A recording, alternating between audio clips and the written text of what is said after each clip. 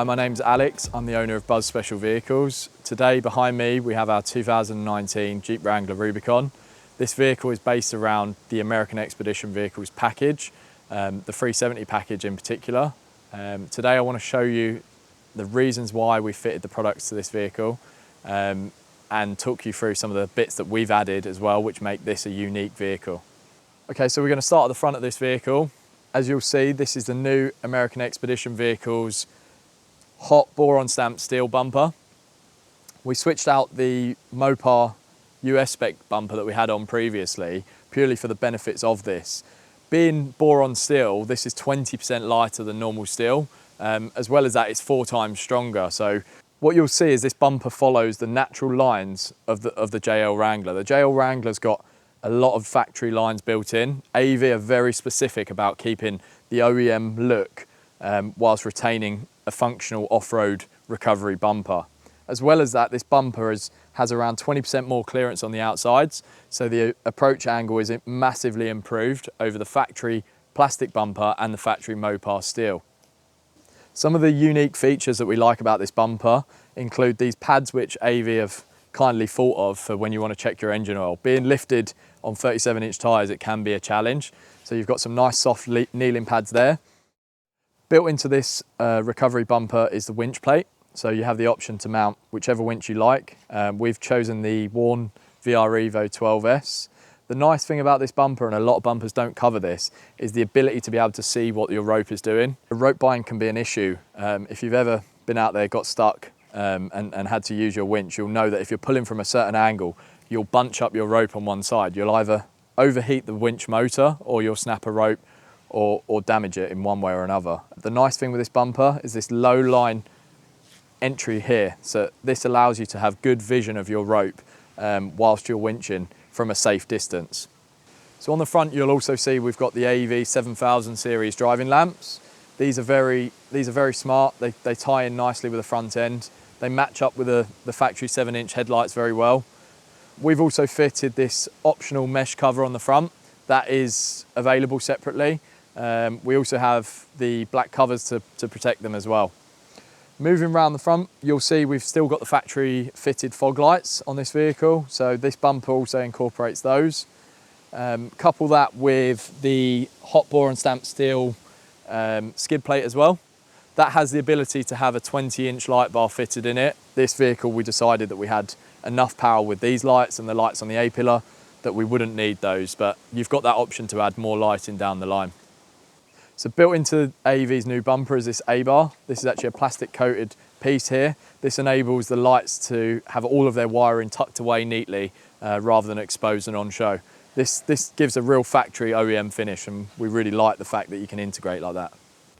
On our build, we decided to go with the Mopar satin black grille. We think it breaks up the grey nicely. It also ties in with our satin black decal pack. Both of these options are available on all of our builds, whether it be bring your own vehicle into us or if you want us to spec a brand new vehicle. We really like the look of this and we think it transforms the front end and ties in with the bumper quite well. So moving around to the side of the vehicle, you'll see that we've got the US spec factory fitted arches that come on the Rubicons in the US. They're notably different. They're about 2 inches higher, which gives us a load more clearance for the 37-inch tyres. As well as that, we decided to colour code them in Sting Grey. We really like the look of this finish. We really think it enhances the vehicle. As well as that, we've got the Diode Dynamics smoke side repeaters. Again, just gets rid of the amber and just ties in quite nicely. So moving on, you'll see that we've got the 17 by 8.5 Aev Bora alloy wheel. Again, we've colour matched these. We really like the look of that. Alongside that, you'll see the protection ring. This is a really cool feature with the Bora wheel. You don't have to have it, but if you do want it, it's great protection for the actual wheel when using it off-road. The idea being, if you do damage one of these rings, you don't damage the wheel. So they're removable fully and they can be repowder coated or just painted or touched up. So that's a really good option. This wheel enables us to run a 37, 12.5, 17 BF Goodrich KM3 tyre. This is Aev's recommended tyre, and after covering 23,000 miles on these, we can see why. They're a brilliant tyre in all weather conditions, whether it be on the road, sand, mud. They're a good all-round package, so we'd highly recommend these, especially over the KM2 that comes factory on the standard Rubicon. These are a massive improvement. On the side here, you'll see the Aev raised air intake. We really like this design. It's a traditional looking snorkel. By that I mean it runs on the outside of the vehicle. A lot of the new designs for the JLs are removing this cowling piece here. With that comes some negatives in our opinion. Beneath there, they're running a tube all the way along to the airbox, but what they're having to do is have more connection points. In doing so, you've got more points of entry for water, dust, and also restrictions on air. With this design, you've got a big 4-inch intake all the way straight to the airbox to give the engine nice clean air. Our vehicle is also fitted with the Aev 2.5-inch performance lift. As well as that, we've got the latest high capacity springs, as well as the Bilstein 8100 remote reservoir shocks. This package offers unrivaled on-road ability as well as off-road ability. When we built this vehicle, we had it in mind to have a suspension system that could do everything basically. It's not a one-trick pony. And it also gives us the ability to add 37-inch tyres into the equation. So with this kit and the high capacity springs, we've probably actually got a total of around 3.5 inches of lift. As you can see, we've got loads of room under the arches. That gives us more carrying capacity as well. So we're not bottoming out, we've not got tyres rubbing on arches. We've just got a lot of room in there to play with.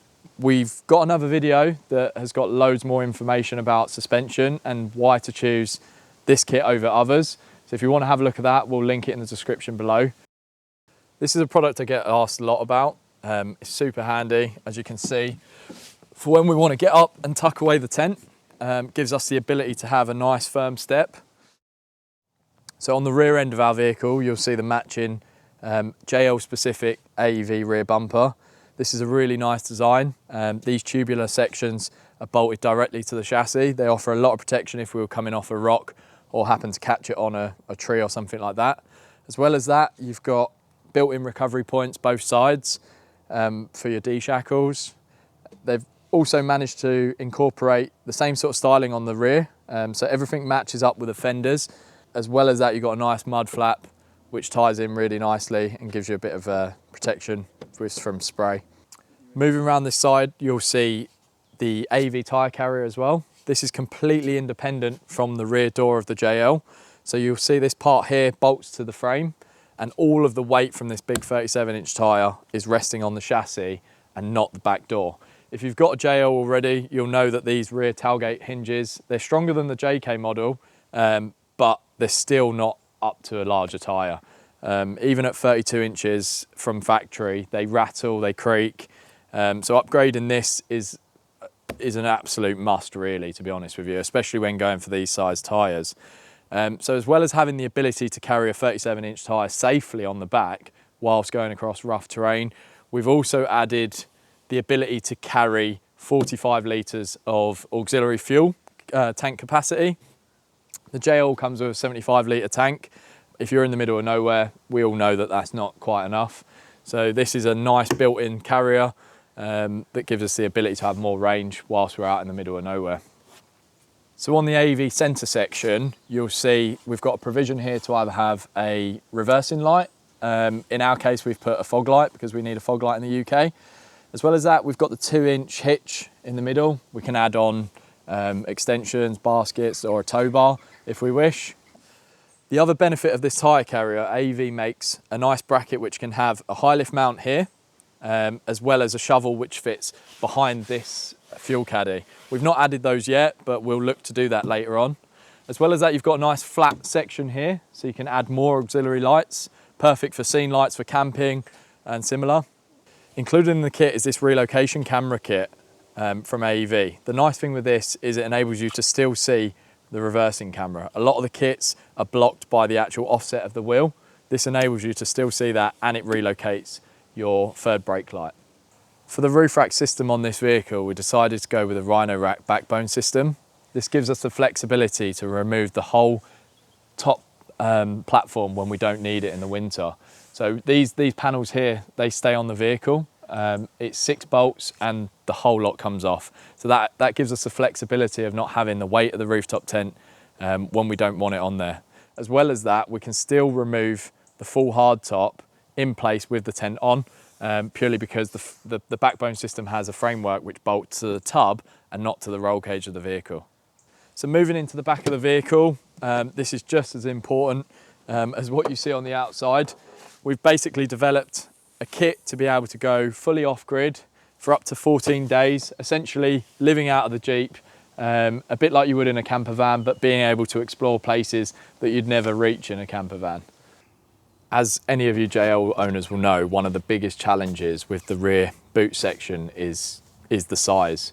So when we're outfitting a vehicle to have all of our accessories, our fridge, our boxes, tools, spares, all the parts that we'd need, we had to come up with a solution that would give us more storage space. Our buzz racks here is a solid aluminium and steel combination, which gives us the ability to stack 2 levels. So essentially when we're using the fridge, we can still use the fridge whilst all of our accessories are packed in the vehicle. That's essential when you're away on a trip because it saves you having to take stuff in and out of the vehicle and causing inconveniences. Over the past 3 years, we've managed to sort of dial our setup in to make it as convenient as possible. When you're out there camping, you want to make sure that everything is easily accessible and to hand and not an inconvenience. In order to mount these products, we needed to make a false floor. Beneath this false floor is our off-grid storage setup, which also has our power system built in, as well as our air compressor.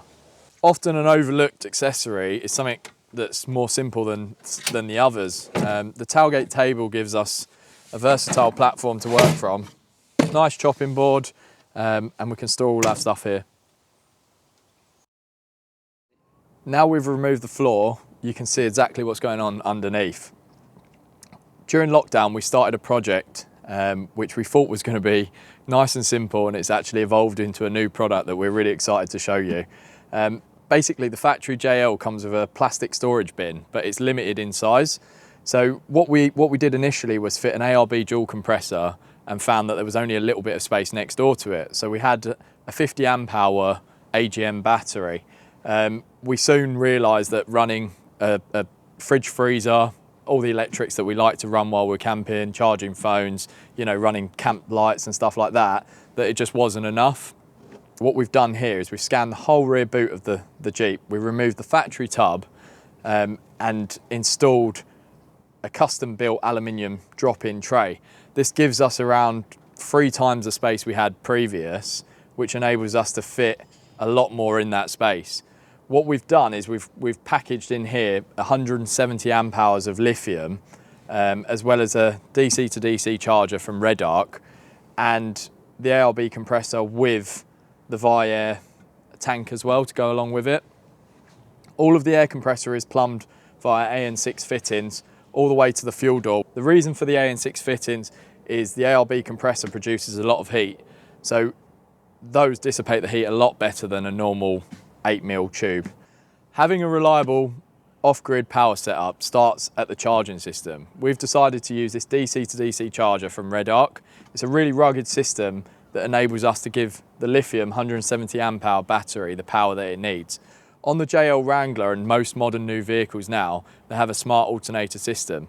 That means that the voltage coming in from the alternator will vary throughout its range. That causes a problem when you're trying to charge these batteries, as they do not get a constant voltage. What this enables us to do is have the right lithium charging profile for that battery and ensure that it's constantly topped up. As well as that, it also enables us to run a solar panel. What that will do is just give us a little bit more power. When we wake up in the morning and the fridge is running, it will just top it up consistently. So that also helps us. Secondly, the Red Arc system is very good at topping up the main primary battery on the JL before it charges our auxiliary. That also means that the system will never allow our main battery to drop below its voltage, which means we can always start the vehicle. We all know there's nothing worse than waking up in the morning and the Jeep won't start, even though you've got cold beers in the fridge. So from this power system, we have a trigger controller device. What that is essentially a solid state relay block, which allows us to power all of our accessories. The fridge is powered via it, the lights are powered via it, as well as our power points on the roof rack.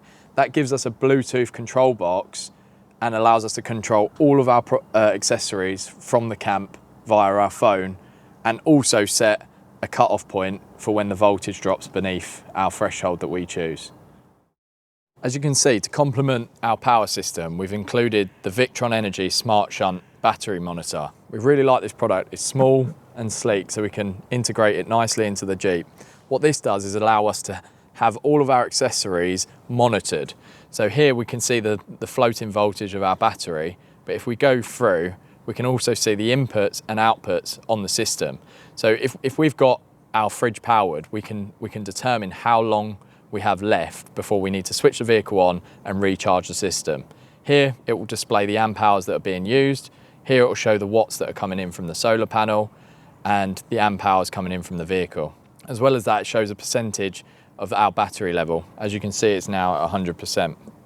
We've chosen to use these super reliable MagCode magnetic hookups for power. We really like the design of these. They're really small and very easy to use, and it means we can interchange our accessories quickly. What we like to use them for is powering accessories in the tent, such as a fan for keeping us cool and charging our phones as well. We've got multiple applications for these, and they integrate with the Rhino rack really nicely with our custom made brackets.